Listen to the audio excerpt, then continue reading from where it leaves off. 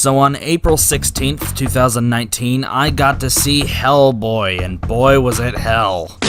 I think this is the first time I've ever had a movie franchise both breathe in and then suck out all of the joy inside of me over the course of 24 hours. Allow me to explain. Before I saw this movie, I saw the first two Hellboy films by Guillermo del Toro. I'll be honest with you, I didn't really know anything about Hellboy and really didn't care all that much until this newer movie came out, and then I heard the original ones were done by Guillermo, so I had to check them out before I saw this movie. Besides, I like Guillermo. And while I didn't necessarily like the first one, it suffers from a lot of pacing issues and is overall kind of boring, the second one's actually pretty good. Hellboy 2: The Golden Army is one of those movies where I can definitively say that anything they could have improved on from the previous movie, they did, in spades. And while the ending made me want a little bit more out of it instead of what we got, I was overall satisfied from the second one. Come to find out that he was supposed to make a third movie, but they ended up scrapping the entire project. It's been nearly 11 years now, I think, since we've had a new Hellboy movie. So going in with a basic understanding of Hellboy and a newfound appreciation for the franchise, I was ready to give this movie a fair shake. But oh man, I was very disappointed with this one. Boy, where the hell do I start with this one? Okay, I'm done with that joke now. One of the biggest problems with this movie is its story, and the fact that its story makes absolutely no sense whatsoever. Apparently, back during the time of King Arthur, there was this one immortal witch lady that they had to stop from destroying the world using evil demon magic they don't specify the limits of. She wants to bring forth a new Eden, I guess? And apparently Hellboy is part of the key because he's actually the son of Satan and King Arthur, which means if he draws Excalibur, he becomes the sign of the apocalypse or whatever. But they keep building Excalibur up as the only weapon that can destroy this witch, even though it ultimately doesn't. And ultimately, if they're building it up as if it's the only thing that can stop the evil, but it's gonna make him destroy the world, wouldn't that be a concern for everyone? If the goal is just to destroy this witch, but the one method that you want to use to destroy the witch is going to ultimately destroy the world, you'd think the characters would actually figure out another way instead of doing that. I don't know, movies gotta have a crisis at the end somehow. I've heard a lot of people say that they really appreciate the tone that this movie was going for, being kind of, I guess, a light-hearted action movie, and I kind of can't agree with that because I don't think the movie knows what kind of tone it wants to have. It feels like it's trying to ape Guardians of the Galaxy and Deadpool at the exact same time without really realizing what made those two movies special in the first place. This movie suffers from a writing paradox that I find quite fascinating. When you fail at a serious situation, say something like The Room, which takes itself way too seriously, it ends up being really, really funny. I did not hit her. It's not true. It's bullshit. I did not hit her. I did not. Plan on murdering me in my sleep? What? No. But when you fail at comedy, the exact opposite thing happens.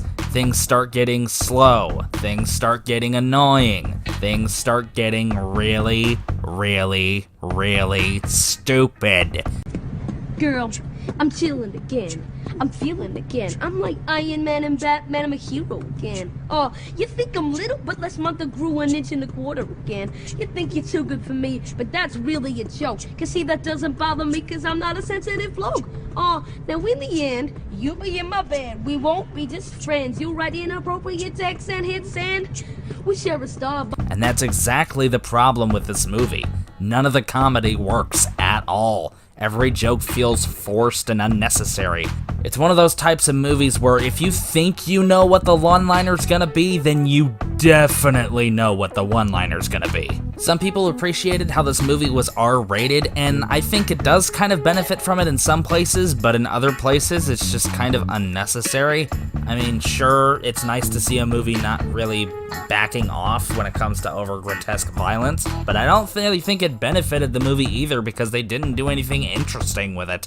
It's just the same old slicing and dicing. Deadpool actually utilized its gore and ultra-violence to its own benefit, even aiding to the comedy at certain points. Deadpool saws his own arm off with his sword to escape from the Colossus's grip and leaves his hand in a gesture flipping him off. That's funny. Or at the very least, if you're gonna have gore in your movie and you're gonna parade around with it, be over the top with it. Look at RoboCop. That movie's got crazy amounts of gore in it happening, and it's all so bizarre that you wouldn't find it anywhere else in any other movie, that you kind of can't look away. And that's kind of the major issue. This version of Hellboy is just visually so uninteresting. Everything looks bland and washed out, nothing stands out in the slightest. In Guillermo's cuts of the first two Hellboy movies, color is a major aspect in his films. There's a lot of shots with heavy reds, heavy blues, and heavy greens that if you were to look them on a spectrograph, you would see them perspectively. Whereas if you were to look at the current Hellboy iteration, everything looks so bland and boring. It's not just cinematography that has this problem either. The sound mixing is awful. There are certain bits where people scream and the sound loops back on itself without a crossfade. It just kind of starts again and they didn't think we'd notice. Stay in your seat.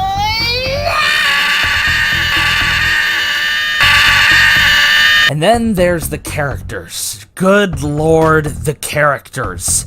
Every character in this movie is irritating and unlikable, even Hellboy himself. Now, I don't want to be that guy who keeps referencing the original saying it was better or whatever, but in the original movies, at least Guillermo wrote the script himself and made an effort to make the characters, especially Hellboy, at least somewhat likable. And I think he did his job really well in the second one. There's an existing dynamic between these characters that makes them bounce off of each other really, really well.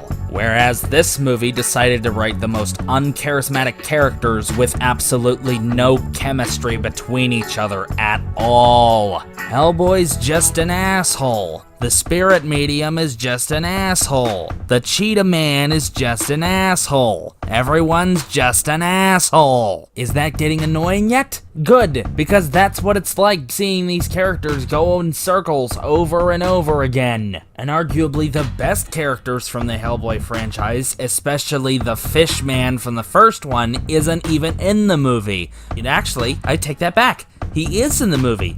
At the very end, as a teaser for a sequel. Are you serious? It's very clear that a studio wanted to make this movie marketable enough to profit from a sequel instead of making it its own individual property. Because if you want to make a superhero movie these days, you gotta be able to make some sequels. What else is there for me to say? The story was bad, the characters were bad, the sound was bad, the cinematography was bad, the writing was bad, everything about this movie was bad. But I can't say that this is the worst superhero movie I've ever seen, because I have seen a lot worse. But this certainly could have been much, much better, and it just wasn't. It's no Suicide Squad, granted, but it's also not Guardians of the Galaxy or Deadpool either, two films it's desperately trying to be. I dare say that the original first Hellboy was better than this, and that movie bored me to death. If anything, if you want to enjoy a Hellboy movie, just go watch the second one. It's fun, it's interesting, it's everything that this movie should have been, but it wasn't. And hey, if you're a fan of Guillermo del Toro, you might find some inspiration for some of his other movies as well. Abe, that fish creature I was talking about, bears a strong resemblance to the Fist Man in The Shape of Water, which was very surprising to me. And you also might find some inspiration from some of his other movies as well, so definitely check out Hellboy 2 at some point, but stay far away from this one unless you have trouble sleeping, because boy oh boy was this hell to sit through. I lied, I used it one more time. And I'm giving this movie a 2 out of 10. Thanks for watching, bye.